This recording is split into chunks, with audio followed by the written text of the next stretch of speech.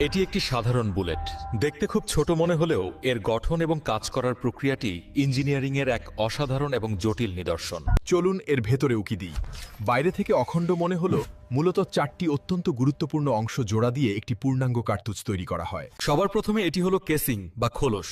সাধারণত পিতলের তৈরি এই শক্ত অংশটি গান পাউডার এবং বুলেটকে একসাথে সুরক্ষিতভাবে ধরে রাখে। কার্তুজের একবারে নিচে থাকে এই প্রাইমার। এটি অনেকটা ম্যাচের কাঠির বারুদের মতো কাজ করে, যেখান থেকেই মূলত আগুনের সূত্রপাত হয়। কেসিংয়ের পেটের ভেতর ঠাসা থাকে গান পাউডার বা প্রোপেলান্ট।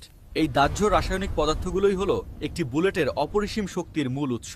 আর সবার উপরে বসানো থাকে প্রজেক্টাইল বা আসল বুলেট। ফায়ার করার পর কেবল এই ধাতব অংশটি বন্দুক থেকে তীব্র গতিতে বেরিয়ে যায়।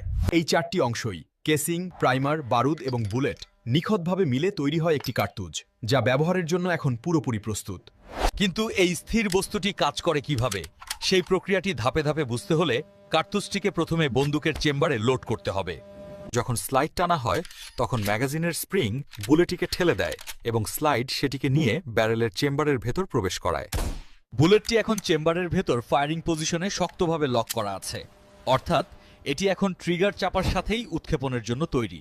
এরপর যখন আঙুল দিয়ে ট্রিগারে ধীরে ধীরে চাপ দেওয়া হয়, তখন বন্দুকের ভেতরের মেকানিজম এবং স্প্রিংগুলো নড়েচড়ে কাজ শুরু করে। ট্রিগারের চাপে শিয়ার বা লকিং হুকটি সরে যায়, ফলে আটকে থাকা হ্যামারটি লক থেকে মুক্ত হয়ে প্রচণ্ড গতিতে সামনের দিকে ছুট দেয়। মুক্ত হ্যামারটি সজোরে গিয়ে ফায়ারিং পিনের পেছনে আঘাত করে।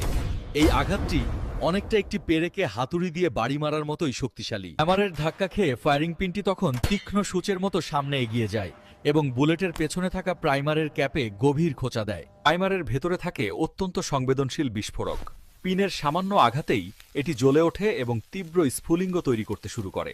প্রাইমারের এই ছোট বিস্ফোরণটি একটি আগুনের শিখা তৈরি করে, যা নিমিষেই ছোট ছিদ্র দিয়ে বারুদের মূল চেম্বারে ছড়িয়ে পড়ে।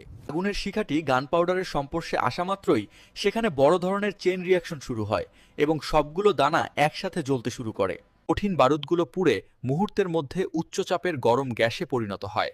এই গ্যাস বের হওয়ার জন্য চারপাশে প্রচণ্ড চাপ সৃষ্টি করে। গ্যাসের এই প্রচণ্ড চাপে কেসিংটি সামান্য ফুলে গিয়ে পেছনের পথ বন্ধ করে দেয়, যাতে কোনোভাবেই গ্যাস লিক করে পেছনে আসতে না পারে।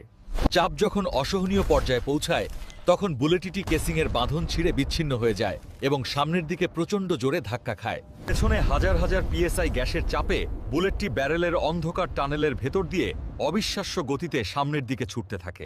ব্যারেলের ভেতরে থাকে প্যাঁচানো খাঁজ, যাকে রাইফলিং বলা হয়। বুলেটটি এই খাঁজের সাথে ঘষা খেতে খেতে সামনের দিকে এগোতে থাকে।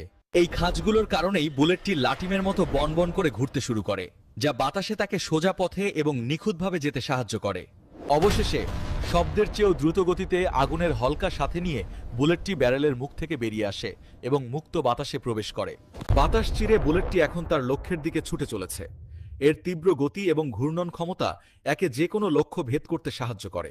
নিউটনের তৃতীয় সূত্র অনুযায়ী বুলেট বের হওয়ার উল্টো চাপে বন্দুকের স্লাইডটি পেছনের দিকে সরে আসে। একেই আমরা রিকয়েল বা ঝাঁকুনি বলি। স্লাইডটি যখন পেছনে আসে, তখন একটি ছোট হুক বা এক্সট্রাক্টর চেম্বারে আটকে থাকা অব্যবহৃত গরম খোসাটিকে টেনে বাইরে বের করে আনে। এরপর ইজেক্টর নামের আরেকটি অংশের ধাক্কায় সেই গরম খালি খোসাটি বন্দুকের পাশ দিয়ে ছিটকে বাইরে পড়ে যায় আর ধোঁয়া বের হতে থাকে। স্লাইডটি আবার স্প্রিংয়ের টানে সামনে ফিরে যায় এবং ফেরার পথে ম্যাগাজিন থেকে নতুন আরেকটি কার্তুজ লোড করে পরবর্তী ফায়ারের জন্য। এভাবেই চোখের পলকে পুরো প্রক্রিয়াটি সম্পন্ন হয় এবং বন্দুকটি আবার ফায়ার করার জন্য তৈরি হয়।